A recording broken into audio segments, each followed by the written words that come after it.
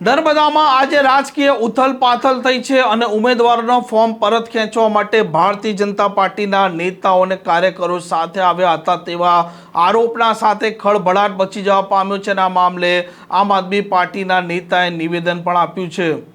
વૈષ્ણવજન તો તેને કહીએ જે પીડ પરાઈ જાનાને રે।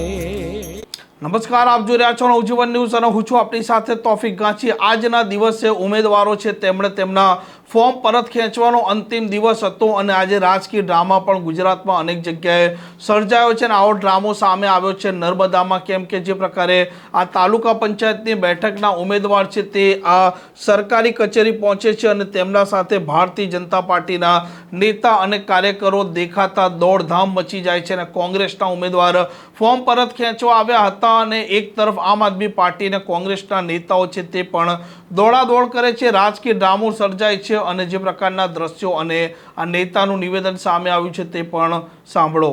કોંગ્રેસ અને અમારી આમ આદમી પાર્ટીની ટીમ અહીંયા ગાડી અમે હાજર હતા। આમ આદમી પાર્ટીના પણ 3 થી 4 કેન્ડિડેટો તાલુકા પંચાયત અને જિલ્લા પંચાયતના એ કેન્ડિડેટોને ભારતીય જનતા પાર્ટીના આગેવાનશ્રીઓ દ્વારા એમને મેન્ટલી ટોર્ચર કરી અને એમને 24 કલાકથી એ ક્યાં છે અમને પણ પોતે ખબર નથી। અને સાથે સાથે અત્યારે જ નૈનાબેન આશીષભાઈ વસાવા જેઓ ઉમેદવાર નાંદોદ તાલુકાની ઉમરવા સીટના બેઠકના ઉમેદવાર છે એ પણ 24 કલાકથી કોંગ્રેસના જે આગેવાનો છે એમને શોધી રહ્યા હતા। અત્યારે ભારતીય જનતા પાર્ટીના 4-5 આગેવાનો એમને અહીંયા ગાડી મોડું બાંધીને લાવે છે અને ડાયરેક્ટ ફોર્મ ખેંચાવે છે। આમ આદમી પાર્ટી અને અમે કોંગ્રેસની ટીમ એ તમામ સ્થળ પર હતા।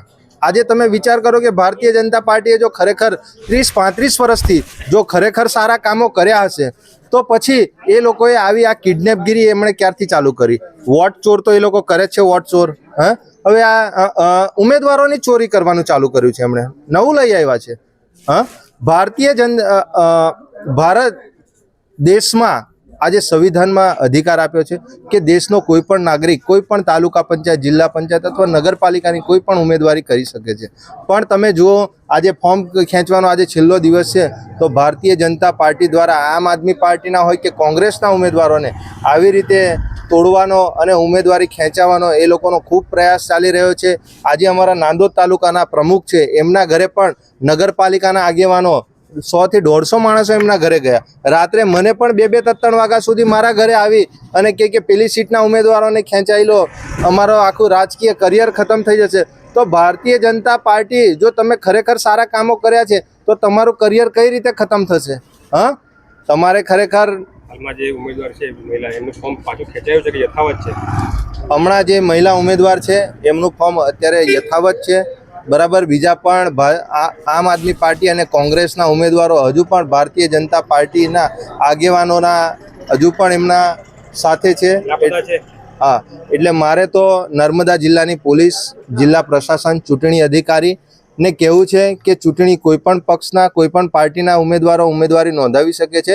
એમને ડરાવવા ધમકાવવાનું જે આ ષડયંત્ર ભાજપ તરફથી જે થઈ રહ્યું છે એવા લોકો પર કડકમાં કડક કાર્યવાહી કરવામાં આવે, એમના પર એક્શન લેવામાં આવે। આજે કોઈ પણ વ્યક્તિને 24 કલાક સુધી આજે કિડનેપ કરી લે, પોલીસ પણ આજે 24 કલાકમાં જામીન આપી દે છે, તો આવા લોકોને તો મોડું બાંધીને અહીંયા ગાડી લઈને આવવું પડે છે। ચૂંટણી અધિકારી સાહેબશ્રીને હજુ અમે મળ્યા નથી, પણ એમને પણ અમે મળીને એમને જણાવશું કે આ રીતની આ ઘટનાઓ નર્મદા જિલ્લામાં થાય છે તો એ ના થવી જોઈએ। અને ભાજપ હોય, કોંગ્રેસ હોય કે આમ આદમી પાર્ટી હોય કે અપક્ષ હોય, કોઈ પણ વ્યક્તિ ખૂબ સારી રીતે ચૂંટણી લડો, 10 દિવસમાં ચૂંટણી પતી જશે, પણ આ કિડનેપ કરવાની જે પ્રથા છે એને જરા બંધ કરો એવી। આમ નર્મદા છે તે આમ આદમી પાર્ટીનો ગઢ માનવામાં આવે છે અને ત્યાં ભારતીય જનતા પાર્ટી અને આમ આદમી પાર્ટી વચ્ચે સીધી ટક્કર છે અને જોવાનું તે રહેશે કે જે પ્રકારે ચૈતર વસાવાએ પણ મહેનત કરી છે, મનસુખ વસાવાએ પણ મહેનત કરી છે અને આ મહેનત કોને ફળે છે। આ પ્રકારના સમાચાર માટે નવજીવન ન્યૂઝ ચેનલ સાથે જોડાયેલા રહો। નમસ્કાર।